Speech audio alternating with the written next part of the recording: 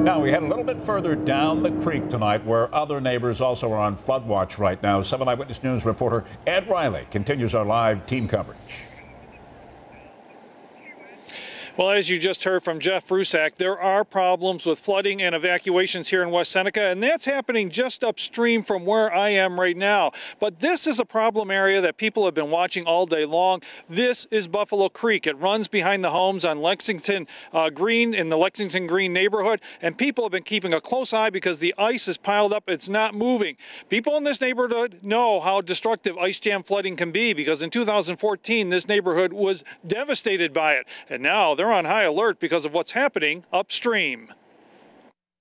I got in my car, ran down to the, drove down to the Birchfield Park, and the water was already rushing through the park, and there were several dozen people in the park playing. They were basically running for their lives. Just after 5 p.m., things got nerve-wracking for the people in Lexington Green as reports of evacuations in other parts of West Seneca started coming in.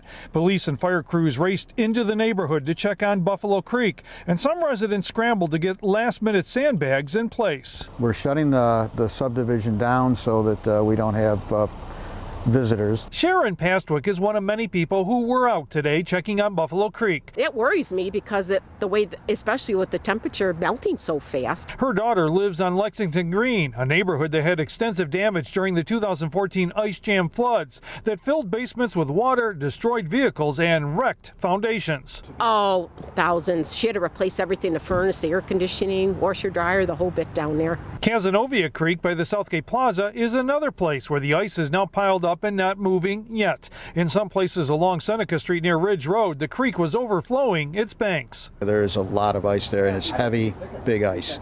And right now it's backed up all the way up to our Mill Road Park. The spring-like weather is causing a rapid melt-off, and the goal now is to make sure the water and ice keep moving downstream to Buffalo. That's why the city of Buffalo and West Seneca have been using a long-arm excavator to break up ice under bridges. What the guys are finding here is that the ice underneath the bridge was 2 feet thick, and the ice immediately adjacent to it where it was getting sunshine on it was only 6 inches. West Seneca has moved pumps into flood-prone areas. Crews continue to deliver sandbags for residents to use. And just in case, the city of Buffalo has received extra generators, pumps, and sandbags from New York State. So that's an indication that the water is there, and it's going to get here probably not too long from now. And again, people here in Lexington Green now on alert because of what's happening upstream. Officials are telling folks who live in Lexington Green to move their car out because they don't know if the water is going to come rushing down here. So a lot of people with their fingers crossed. Of course, the next big concern is the rain that could come later tonight. If this ice doesn't start moving out, that extra water could create even more problems. Live in West Seneca, Ed Riley, 7 Eyewitness News. All right, thank you, Ed. As you've mentioned, the weather is changing.